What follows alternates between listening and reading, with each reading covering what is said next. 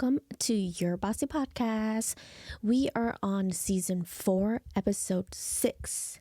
And for today's episode, it is titled The Center. The Center is basically a name for the center that I went to, which was a non-profit place in Thailand. They kind of hosted kids, and I went there to teach the kids and experience what it was like for Hmong Thai people, basically. So I will be diving into that experience. But before we dive into that, I just want to go over a few things, or maybe give you a little bit of a refresher as to why we're here and what we're doing. Season 4 is all about my solo trip to Thailand. I called it Project Finding Me, where I went to go do exactly that, try to discover myself and my purpose and my passion in life. And then I also worked on being independent and being in solitude. So in this whole season, I dive into all of my experiences that occurred within that 6 months. In the last couple episodes, I already went over all of these cities that I visited and all of the experiences and tips that I have for you in those cities. Today's episode is about a specific event that took place in the city of Chiang Mai. I don't believe that the center was located in Chiang Mai, but I was picked up from the Chiang Mai airport, and then we kind of drove to that place. So I'm just going to say that it was in Chiang Mai. But some of these experiences will be in that episode, the Chiang Mai episode, which is episode 3, if you want to go and look at some of those things, or I might be referring to a lot of the things from that episode. With that being said, let's dive into today's episode. Now, I was at the center from October 25th, 2022 to November 9th, 2022. It was 2 weeks and 1 day that I was there. I was planning to be there for a whole month or so, but I decided to cut my trip short, and I will tell you why I decided at the end. A little backstory on how this all happened. I went to Thailand, and I honestly didn't have any connections like directly with people at all. I met my cousin Ma, and I met this pastor that is at the center through my sister only. But for this pastor specifically, I did meet him once when I was in Thailand the first time around, which was like, I don't know, maybe like 7 years ago. I wasn't even sure if I was going to really connect with him or when I was going to, because I, bought a one-way ticket to Thailand. I didn't know what my schedule or agenda really looked like, because I started booking, as I was going only. So I didn't really have like a straight out plan day by day. So I didn't know when this part of my journey was going to come. So I didn't contact him until I arrived in Thailand. And then I finally decided that my next stop was going to be Chiang Mai, and then I contacted him. The reason why I contacted him and why I wanted this opportunity of meeting him wasn't because of teaching his students or anything like that. It was mainly because I had this idea since I was on a healing journey, empowering, finding growth and working on myself. I really wanted to see what this pastor had to offer me from his experiences, or like as a pastor, you think of somebody really wise and knowledgeable and empathetic. I was thinking like all of that going to this, that I could like confide in him and all that stuff. But I guess there's many definitions to a pastor, because he wasn't the pastor that I had envisioned in my head, that's how it works. Like when you're watching those movies and then there's like those pastor and they go and like confide in them. Well, yeah, in my head, I was thinking that that's how it was gonna work, and he was gonna give me some advice or like tell me his ways or whatever, because I honestly was going to talk to him about my childhood trauma, and I was going to share with him about how stuck I felt and how confused I feel in my life. Like I feel like I'm not living purposefully. So I was trying to see if I could get some guidance for that, right? But it didn't turn out that way, because he was the type of pastor where in the definition you can find on Google where they kind of take care of events, they host, and they do those kind of things only. So they're not really what I had pictured in my head. I will dive into that a little bit later, but yeah, this was the idea or game plan that I had for reaching out to him. When I reached out to him, I was still in Phuket, which was my first location. I reached out to him and I said to him that, I wanted to come and talk to him, get to know their lifestyle, just have this kind of experience with them. And he said, of course. And then he asked me if I was willing to teach some of his students English. And of course, I don't have any teaching backgrounds or anything. So I was like, I don't know if I'm qualified, yada, yada. And then at the end, he's just like, you're better than nothing. You could just teach them a few words. And then I was like, okay, I guess. So then I just ended up teaching them. And then that's why my stay or commitment was longer than I had envisioned as well. Because I honestly thought that maybe only a few days with him to kind of get this wisdom from him. But then it turned out to being I don't know, maybe I was like, maybe I'll stay here for a month or so because of this thing that kind of had me tied down there now, right? So then that was talked about and we agreed that, it doesn't matter how long I stay, just do what I can.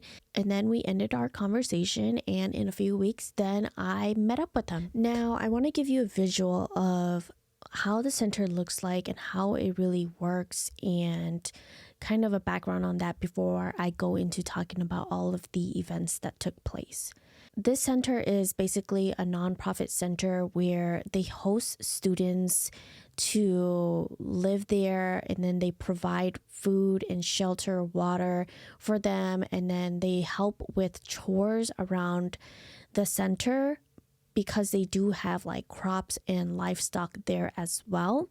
This center is located near their school, so then during the day the students would go to school and then they would come back, do chores, and kind of rest there. So there was 6 students total. Their age range was between maybe 16 to 18, 19 years old. They were all boys. There's no girls because they don't host girls there. The pastor told me that would just cause too much conflict and problems. And so then he decided to just keep it just boys. There was 3 pastors. One of the pastors had his wife there as well with their newborn baby. This was relatives to the main pastor that runs this whole thing. Then there was the house cook lady, and then there was her husband as well. So those were all of the people that lived at the center or that was staying at the center. The building wise, there was one big building where the main pastor and the other 2 pastors stayed at, including the pastor with his wife and his child. They all stayed at that main building, and then they had a room for me at that main building as well. The students, the house cook, and her husband all stayed in a different building next to this big main building. The structure of their building was different from the main one. The main one did feel a lot more put together and more for hosting. So that's the whole concept of everybody there and how the building looked like. This place was very secluded from everything and the main city, to the point where you couldn't even really order a taxi to go around and take you to explore because there was no taxis in the area. Of course, if you are running a taxi, you're not going to be in a secluded area. You're going to be in an area where there's a lot of traffic, a lot of things going on so that you could make money. So that's how you know that this place was very secluded, because I couldn't get a taxi to go anywhere. I looked down my application and there was no taxis around. Now I'm going to share with you the schedules. The students would wake up super early to do chores. When the sun rises is when they would wake up to do chores. And then there would be breakfast for them to eat. And then they would head to school. After that, lunch was served to whoever was still behind or whoever doesn't go to school, and all of the people left at the center. If there was leftover breakfast, then that would be lunch. Later on in the evening, the students would return and then they would start their chores again. Then they would eat dinner. Then we would have class after dinner for about 1 hour. Their chores consisted of, in the morning, sweeping and possibly feeding animals. I'm not too certain about that because I didn't see them go feed it, but in the morning I did hear them sweep around the center. There's a lot of trees around, so the pavements would have a lot of leaves and branches, and then they would clear that out to keep the center nice and clean. After that, they would go to school. The people who didn't go to school spent the day doing other necessary things at the center. It could be watching the animals, to taking care of them, to trying to find some of them, to moving them around to feed them. And then there was also other big projects. At that time that I was there, they were building a kitchen next to the smaller kitchen, so they had a big project to work on as well. Then in the evening, when the students did return from school, they would go straight to feeding the animals again, and then they would eat dinner. Feeding the animals, they had to grind up a lot of things in order to feed like the pigs and ducks. Some people would take the task of feeding the chickens and ducks, and someone else would take the task of feeding the cows. Then we would have dinner, and then whatever was left over or available to feed the dogs, they would bring that to go and feed the dogs. So that was basically their daily task, daily lifestyle. My schedule was waking up for breakfast, and if I didn't make it, then I would either eat late or I would wait until lunch. If you know me, you know I'm not a morning person, so I barely made it to breakfast. I tried to do it, but also it didn't help that I was kind of sick and under the weather as well, so I especially couldn't make it to breakfast. During the day, my schedule was either studying, because I was still studying to be a CPT, and then I was also creating content. I would create an agenda for class, and then I would get the occasional workout in, but during the day it would be really hot, so it happened majority of the time in the evening or early morning, if I made it to early morning, where it wasn't hot anymore and then I could actually breathe a little bit. I would just work out around the center, the little hills or the steps, to try and get some kind of activity in. I had a pair of jump ropes with me, so I had that to use as well. I would hang out with the house cook for the sake of her privacy. In Thai, they call people older than you P, and then they say their name. So I'm going to call her Pink, because she just is so bubbly. She reminds me of the color pink. I'm going to call her Pink, but I'm going to call her P Pink because she is older than me. So she is an older sister, basically. I would hang out with P Pink and talk to her, get to know her, share experiences and memories with her. Other things that I did, I would just walk around and watch them work on projects that they were doing, just like the kitchen, just seeing the way that they set up things or work on things, the way that they build things. I just kind of watched them do that.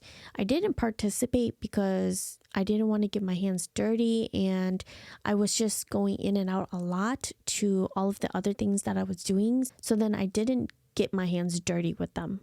Sometimes I would help P Pink cook dinner. I didn't really make it in time to help her cook breakfast because I'm not a morning person, but I would help her cook dinner or even lunch sometimes if she did cook lunch. The next thing on my schedule was having dinner, and then I would teach the class to them and then call it a night.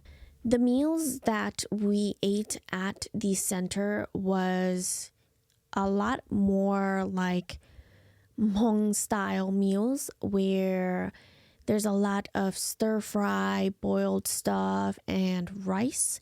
There's a lot of carbs in the everyday diet because They do work a lot, so they need a lot of energy. They need to maintain their fullness and have the strength as well. So that's why there was a lot of carbs. I can't possibly remember all of the food that we ate, but I did list some of them. I will insert all of the food that I did take a picture of at the center on the screen, but it will not be in any kind of specific order because I don't even have some photos for some of the things that I'm going to be listing. We ate pho the first or second day that I arrived there. They had some family member over, so then we got to eat a little bit more fancy and bougie that night. But for the most part, we ate a lot of whatever was around or whatever we could cook up and mix together only. We had ramen, stir fry. We had ramen soup. We had chicken boiled with greens. We had my favorite dish, nam pio, which is like a tomato and pork Thai dish with soybean paste, I believe is what it's in there. That dish was my favorite dish. I love the way that P Pink cooks it. We also had cucumber salad, scraped cucumber drinks, kodi with sugar. And then we had taro rice dessert. One day we had fish wraps, and then on my last day we had some kaupia as a parting gift to me. The pastor was like, what do you want to eat as your last meal? What is something that you crave from home? And I was like, I really crave kaupia, but I really like it a certain way. And surprisingly, he was able to make it sticky and like the way that I like it, which was really nice. That's about all of the food that I remember. There might be more after I look at photos, but those were all of the food that we ate. Sometimes we ate the same things over and over. Oftentimes we actually had a lot of eggs, but I'm not too big of a fan of eggs, so I didn't really eat too much of that. But we did have a lot of eggs available and a lot of cucumber. As for the events that took place within my 2 weeks there, I did go to the Chiang Mai Zoo. I believe it was like the maybe first or second day that I was there. That one family that was visiting the people at the center, they were going to the zoo, and I just kind of hopped with them to go and explore the zoo. That experience is in the Chiang Mai episode, which is season 4, episode 3. Another event that took place was my visa extension. I did have to do my visa during my time at the center. This is also in season 4, episode 3. I went to the Grand Canyon, which is kind of a sliding and attraction place located in Chiang Mai. You can go on the water slides, and those like bouncy houses are set up in the water. You can go on that, and then there's like zip lining. I share all of that in season 4, episode 3. And then last but not least, an event that took place that was also in that episode is the Loy Krathong Festival, which is also known as the Lantern Festival. I had the opportunity to share this experience with my students and the people at the center as well. That is also in that episode. So if you want to know all of these events, the zoo, the visa extension, the Grand Canyon, and the Loy Krathong Festival, then go and listen into that episode. Now I'm going to be talking about all of the other events that was not in episode 3. I did get to experience the aftermath. I didn't get to see it, even though I had 2 opportunities to see it, but they had livestock at the center, as I mentioned, and 2 of the pigs did give birth during my time there. One of them was kind of having contractions at night when we were having dinner, and so then we kind of went to go check it out, but nothing happened. We were like, maybe tomorrow morning, and then we went in the morning, and then the pig already gave birth. The same thing happened. The second pig gave birth as well, so I didn't get to watch the whole thing actually happen. I think it would have been so cool. I've seen it at like the state fair through the camera and stuff, but I never really like seen it like firsthand, like what do they do and all of that stuff. So I wanted to see it and I wanted to record it, but Unfortunately, I didn't make it to it, so I didn't get to see it. A lot of the times there was a lot of like loose animals or like missing cows and sheeps at the farm. So then the students would have to go and find the cows because the property was so big, and they let the cows loose to roam around and eat grass and whatever they find around in that land, that sometimes they have trouble finding the cow because the cow somehow made it through a gate or something, and then they disappear, or maybe like they get lost in the bushes, or they fall down one of the hills and then they can't get back up, things like that. So a lot of the times the cows went missing, and then they would go and have to try and find the cows. I did go with them a few times to just kind of follow them and see how they captured the cows, or if they even find the cow. I got to see them try to capture cows as well, because they were trying to sell the cows. So then they would have to tie the string, and just like those cowboys, they would have to throw it on the cow and get the cow tied up to start dragging the cow. There was one time when the sheep got loose, and one of the students was trying to capture the sheep back into the gated area, but the sheep wouldn't go through the open gate. Instead, the sheep was trying to crawl through under the gate, which was so funny because literally the gate was like wide open for it, but it decided to not go through that big entrance. The reason why the sheep got out was because the sheep crawled under the same way that it was trying to get back in. So maybe the sheep's logic was, I could get back the same way I came in. So the sheep was trying to do that, and that was really funny. There was one time where there was a really aggressive cow, and they had to puncture his nostrils, I think, to get him to be more disciplined. And so then we were trying to capture that cow, and I was kind of just watching them.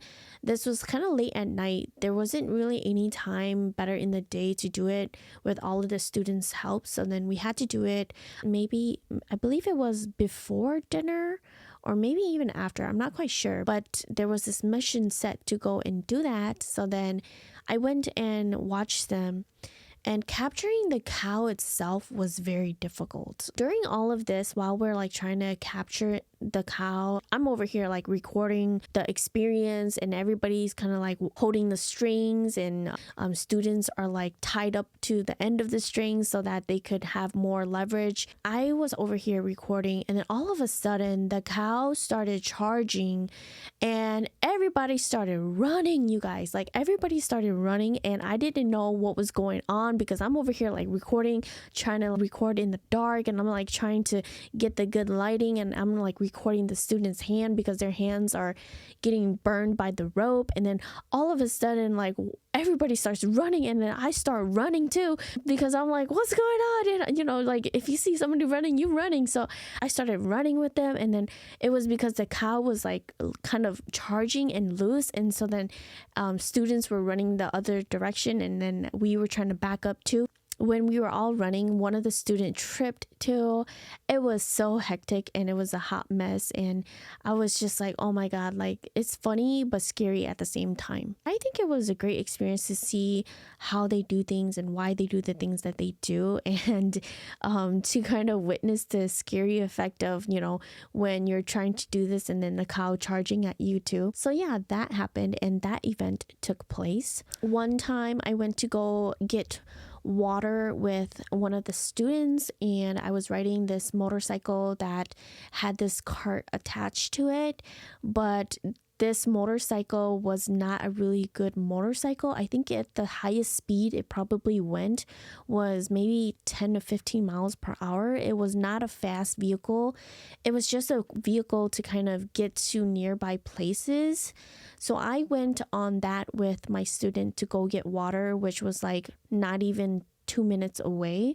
This motorcycle was just so bad where like you had to control it a certain way in order for it to run straight. It would curve if you don't hold it properly, and it would also die as well, and it didn't have enough strength to go up a big hill too.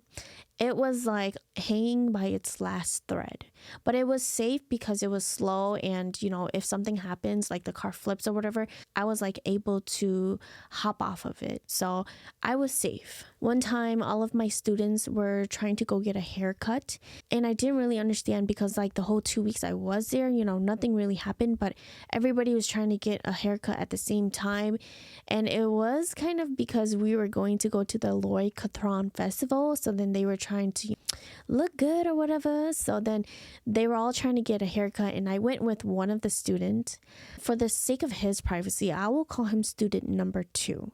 I was stuck with him going to get a haircut because we all only had motorcycles, so everybody was in their own motorcycles, and student number 2 was the one that was like the nicest and more like welcoming and really didn't care and wasn't too shy. So student number 2 and I went together to go get his haircut. We were supposed to meet with all of the other students at this one salon, but he got lost and he didn't know where it was because he's never really been there before too. So then he got lost and we went around searching, and we ended up not being able to find it.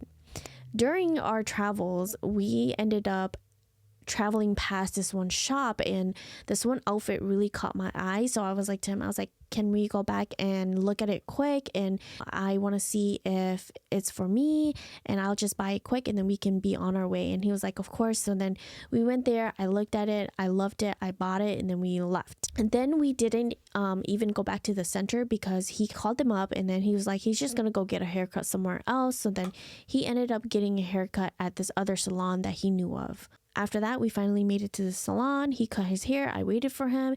And then he told me that the pastors wanted some fish. So then we went to the market to go get some fish. So he took me to this like livestock market where we were able to get some fish.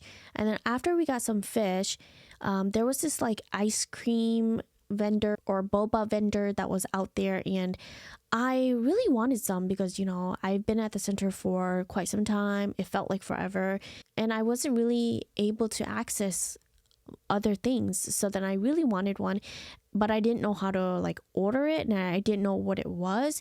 So he kind of explained it to me, and it was just like basically boba teas that are already grinded up and mixed with, let's say it's coconut, and then it's like coconut flavored already. All of that is already mixed into that and seasoned or whatever. And then you choose your toppings, and you can go as much as you want with the toppings, and then they just top it off with like the slushy coconut or tar or whatever after. The freezer keeps it cool where those ice cream or slushies stay cool, and then that goes on top of the unlimited amount of toppings. Like you can have bobas, all kinds of jellies, chocolate. Like it was pretty interesting. And he topped off his drink like with so much different kinds of jellies and stuff, and I wanted to try certain ones too, so I topped it off too, but I didn't go as much as he did. He did it so much that I was like, is this even okay to put that much toppings? Like, when you go and get a regular boba tea, you expect only like 1 scoop of bobas, and then they charge you for extra. So I was like, is this even okay? They're not going to charge us extra. He's like, no, you can put as much as you want. And I was like, that's pretty cool. So we got 2 drinks, one for him and one for me. And then we went on our way back to the center. That was a very like interesting and heartwarming experience because it was so unexpected, and then it turned out being something so memorable. I will always remember him going out of his way to letting me shop, and not even just that. The drink that we had, he actually bought that for me, and he wouldn't let me pay, and so then he ended up buying that for us as well. And it's just gestures like that that makes you never forget the things that people do for you. On the way back on the motorcycle, it was a lot longer, and I was kind of telling him like, my hands are sweaty from holding you on your shoulder. Like, if I was a lot more comfortable and like a lot more like not nervous, I wouldn't be holding on to you, and I would be like holding on to the bike, or I wouldn't feel like I'm gonna fall and I don't need to hold on to you. But because I'm so scared that I'm like holding on to you, and it's so hot and the ride is so long that literally you're like sweating onto my hand. I was like, I'm so sorry for that. Like, does it bother you? Do you notice it? Are you hot? And he was so honest with me. He was like, yeah, it's hot as heck, but it's okay. I understand, but yeah, it's hot, but I let it because it's you. And I was like, oh, that's so sweet. So yeah, this student number 2, he is something. He will always be stuck in my head. Me, some of the students, and one of the pastor did go to one of the market that was available. I think they only open Friday, Saturday, and Sunday or so. And so then we did make a trip to that market on Friday evening, where they sold a lot of flea market items and a lot of food vendors, surprisingly. So we were able to get some dinner from there. I told the student to please pick out something that you think that everybody would want to eat tonight. It's my treat. I'm willing to buy dinner because we always eat dinner at home. I want to provide for you guys as well. So let me know what you guys want. And then we ended up getting sushi. So then we got like, I don't know, maybe like 10 trays of sushi, but it's street market sushi, so they're not expensive at all. They're only like 30 cents a piece. The more expensive one may be like $1, but we ended up spending maybe only $40, but we got a whole bunch of food. And so then we bought all of that and brought that home for dinner. Unfortunately, I don't eat street food sushi. Even if they're like wrapping it right there in front of me, I still don't take the risk, and I just don't eat it. But I was willing to buy it for them if that's what they wanted to eat and that's what they enjoy. So then I bought them that. I don't even remember exactly what I ate over there, but I did buy a little bit of something else for myself. Merch wise, I didn't get any merch from there because it was a lot of flea market stuff and like secondhand items. So then I didn't get anything from there. Another event that took place, but it wasn't at the center. We did have to travel to this event place to kind of host this, but basically we attended a Catholic wedding. The people at the center, like the pastors and the students, they were all in charge of setting up this wedding. Some of the students and pastor went one day before to set up and do all that flowers and everything, and then the rest of us came the next day, the day of the wedding. The wedding itself was very beautiful. It was very simple and well put together, in my opinion. It wasn't anything too big or fancy. It was just a nice, quick, beautiful event that people really came in, got to do the whole walk, speeches, singing, and then enjoy a meal together, and then eat some desserts, chit chat, and then part ways. So the wedding was really simple. There's no dancing or drinking alcohol or anything. It was a Catholic, half Thai people, half Hmong people, because the bride was Hmong and then the groom was Thai. So then there was a mixture of Thai and Hmong people there. The speeches and everything was in Thai, all in Thai. So I really didn't get to get the experience and know what they were talking about at all. I kind of just sat there, listened, and kind of just hang out with people here and there. So I didn't really get to know what was really going on or what was said, but it was a nice experience to see the bride and the groom and how Thai and Hmong Catholic weddings work. At the end of the wedding, it was our duty to clean up and tidy up the place. So then I did help them clean up and tidy up. That's about all of the main events that really took place at the center. There wasn't really too much and an over extreme of like memories made because I only had 2 weeks and majority of the time the students were at school, so then I didn't get to really experience or do things with them. There would be little things like they taught me how to play this one checkerboard game where like 4 people could play and you pick up rocks. So I got to experience that with them and learn that from them. But really, that was all of the events that took place when I was at the center. I want to share about my experiences in the class and what I did, what my game plan was, how it was like. I had only 1 hour with them in the evening, and in that hour, I used it to teach them English and try to empower them and kind of just be there for them, because I know that, there's a lot of expectations set on them at such a young age that I really just wanted to show them other possibilities or opportunities as well. So I dedicated half of the hour to teaching them English and half of the hour to empowering them and being there for them.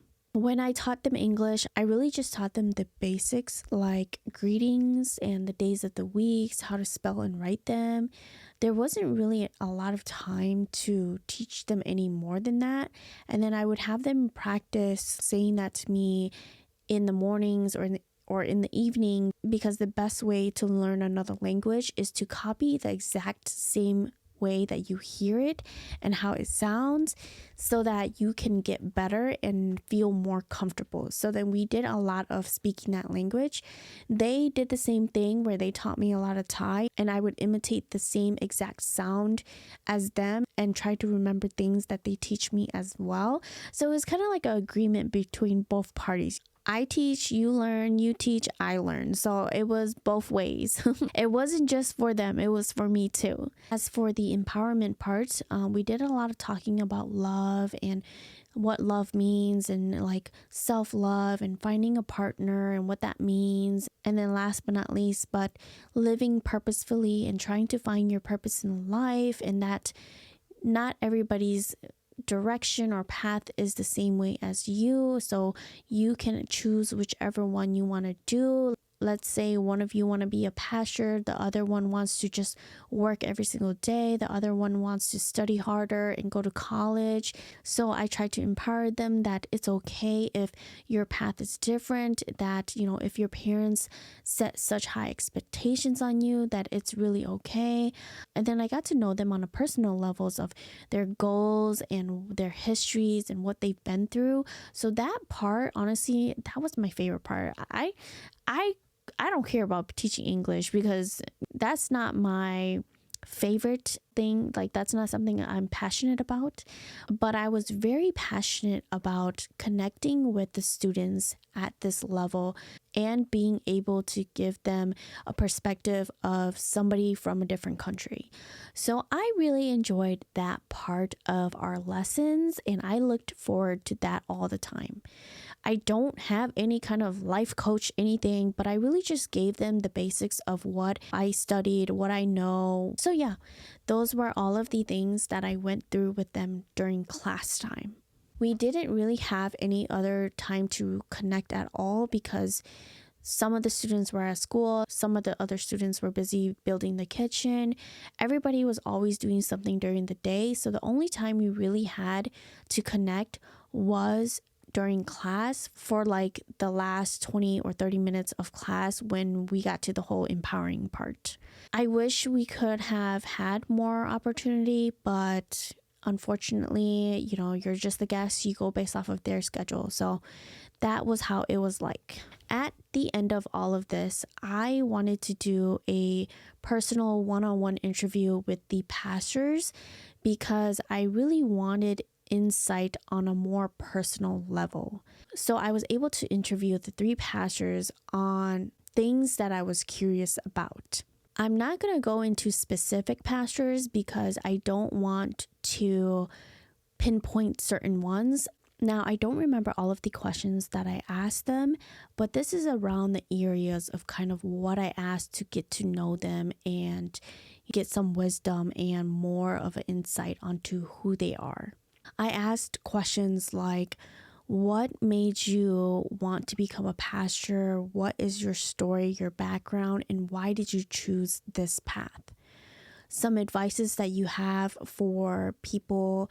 What is your biggest life lesson? If you want to share, what is something that you are ashamed of, but it made you a better person after having gone through it and learning from your mistakes? Have you ever had something where you were in the wrong, and how did you overcome that? How did you find forgiveness, or how did you make it better?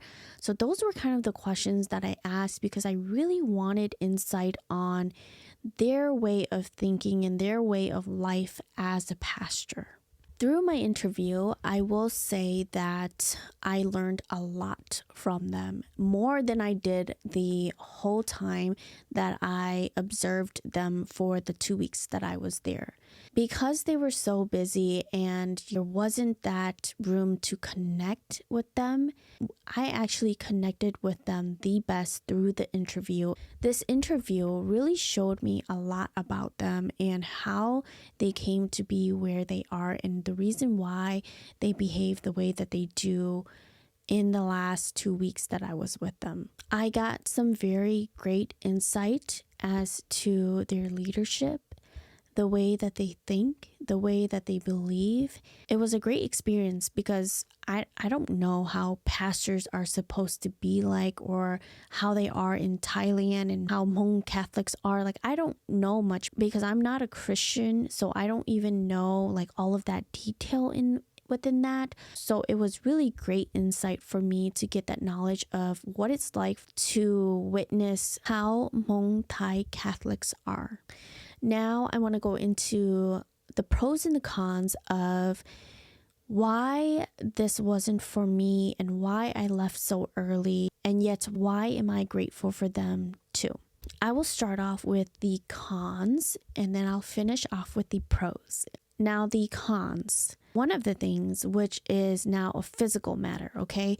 I feel like I struggled in all aspects of, your well-being. So then that's why you don't feel good and you don't want to be there. I struggled being there physically where unfortunately the sanitation wasn't there. I get it, their way of lifestyle, that's how they grew up to kind of know that style. They don't mind certain things. They are used to it. They are comfortable with it. But when you are an American person and you have lived your life where you learned about sanitation and you learned about proper bacteria, proper care, things like that, that it's not good to eat food that's been sitting out for a while, so you don't do it. They kind of build their immune system to eat in that kind of way, or to train themselves to get used to eating food that has been left out for a bit, or even the products, if they were laying out and there might have been flies on it or whatever, and they use that to cook or reuse oils, they are used to that already. Whereas me, an American person, where I'm used to keeping things nice and neat and keeping things refrigerated, microwaved, I'm used to that and my body is used to that now. So I really struggled with the sanitation there, where our lifestyle was just very different from each other's. Majority of my time there, I felt like I couldn't have the energy at all. Every single day, I had my emergency vitamins, but I still wasn't feeling energetic, and I kept having headaches and I kept feeling very ill, but it wasn't ill enough where I was dying on the bed. But I know that I wasn't feeling good and that something was wrong. The next thing, which is emotionally, I really felt like there was a disconnect with some of the people there, and this caused me to really not feel good about myself. The disconnect was because of our different values with beliefs or way of life or hierarchy. So I just really didn't say too much or put in like my 2 cents too much because I was a guest. And that really messed with me from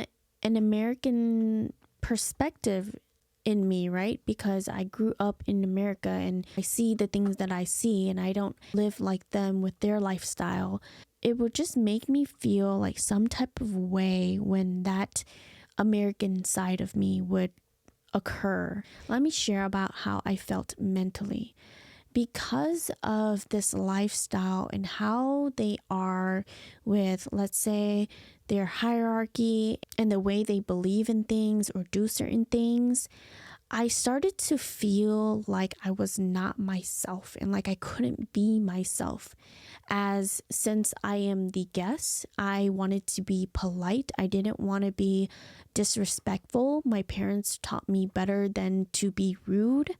But I also too, where I'm like, if I feel like it's wrong, then I will speak up about my opinions on that. I did speak up some of my opinions in some of the things that I went through here, but for the most part, when I had like a disagreement or when I caught something that was not to my liking, I really just kept it quiet because I'm just the guest. Since I was the guest and I really had no car or really no way to give that and then make sure I was going to be able to get out too, that is kind of what really held me back. Let's say you go with a friend to this cabin and that was your friend's car to get to the cabin and you don't have any kind of service to call a taxi or anything at the cabin. You wouldn't want to stir up things with your friends and have a disagreement because your friends are going to be the one to drive you back, right? So you don't want to set that. And let's say that this cabin is also your friend's cabin. You kind of have a level of respect and then boundaries, but you don't want to overstep that as well because at the end, your friend is going to be the one that's going to have to take you back. So that's kind of like the best that I could explain why I really held back. And then I couldn't be myself, and that really bothered me because a lot of it too had to do with that the way that they still believed in things was very similar to the traditional ways. Traditional things like, just the way that you speak to them, you speak like they are older and wiser, or like the way you greet people, the way you apologize, things like that. Like, I just wasn't a fan of how I had to be that way and how that was the way that I started to become. I wasn't a fan of that. I am respectful and nice and kind, but when you behave like that in the traditional sense, it's almost like you don't have any sense of power. And so then for me, like I started to feel like I didn't have power anymore. Now, it's not their fault or anything. I think that this is just more of like the way of life and how they grew up and how they believe in things and how they are there. So it's totally okay that that's how they are. It's just that for me, it's just different. So mentally, everything just kind of started to mess up with my mind, and I just felt like there was no growth, and like I was starting to lose bits and pieces of what I believed in and what was a piece of me. So that was really hard. When you start to change, it becomes something that you don't want to become, or you worked so hard to get away from your parents because they had that lifestyle and they taught you or tried to discipline you in that kind of way. And then for you to be in an environment where this is all coming back, that was really hard for me. Overall, I really felt lonely and stuck. Like I mentioned, there was no taxis around. I couldn't do anything throughout the day. Like I had my tasks, my daily stuff, but it just felt like this was not the lifestyle for me and I'm not getting the most out of it. So then that's why I decided to leave the center.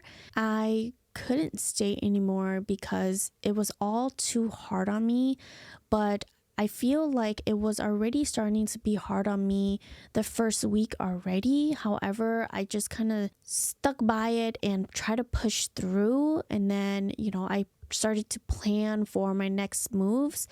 In a way, I really felt guilty and I really felt like I wanted to commit an X amount of time so that I could teach them the most or give them the most, even though I only had 1 hour a day with them. I gave them what I could to the best that I could with saving myself at the same time.